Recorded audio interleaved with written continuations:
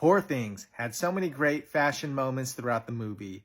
Here's Emma Stone and Mark Ruffalo talking about costume designer Holly Weddington behind her process and inspiration from some of the movie's most iconic looks. These costumes were sort of telling you everything, and they were so beautiful, and we were able to collaborate during the whole thing. So at some point, it's like, I think I want to wear a corset. You want to wear a corset? Great. We'll get you a corset. Do you want to wear it? I want to wear it all the time. Whenever he takes his clothes off, you should see his corset.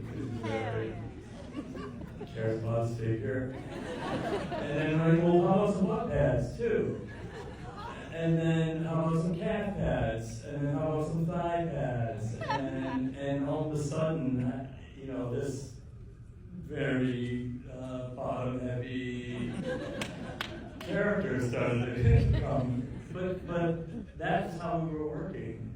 And Yorgos it's so strange because he's such a strong director, but at the same time, all he really tells you is, you're disappointing me. And then they come back and we do the customer freak out for a minute, and then she come back and he's like, I like that. But during the course of that, we were really, everyone was sort of using everything they knew with their imagination and their creativity and their talent to sort of rise up to his vision for it. And so the costumes were this kind of fantastical imagination from Holly, based on what she thought she wanted from Yorgos. But really, what he does so beautifully is he allows his heads and his keys and his artists to really take it upon themselves to be as great as they can possibly be. And that's the magic of Yorgos. And it's a strange space because he's not letting you do whatever you want, but he's calling to you to do the greatest you are capable of doing. Right? Yeah. Save that. That part, upload that. Okay, good. You got it, you got it.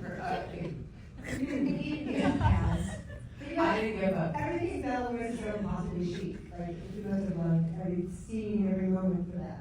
Early on, I went to meet Holly a couple months before we even started rehearsals, and we were just doing like a play around, and I had seen, you know, the boards and ideas and things that she had made, you know, beforehand, and the way she was describing the fabrics and the shapes, the fabrics were things that reminded her of organs or, you know, things that would be in Baxter's house, and the colors were off in some ways, and the way that Bella's costumes evolve, you know, whether they're silk and padded and white and she's at home, but it's like she's going to get them messy, and Mrs. Prim is dressing her, and then when she moves into Lisbon, she's dressing herself, and so she's wearing these knickers, and she has them in a few different colors, and she's learning how, everything was so meticulous and so inventive and just completely from her mind. It was all Holly's mind.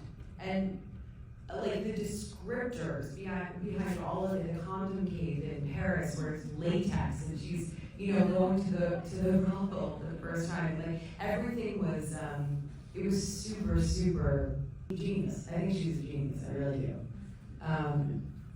And yes, to his point about Yorgos, one of the amazing things about him as a director that every department head is hired, he wants to work with them because he wants to see what they want to create, because he's inspired by them and he wants to see what they're going to do. And I think she just absolutely blew everyone away. Thanks for joining us at Silver Screen Club.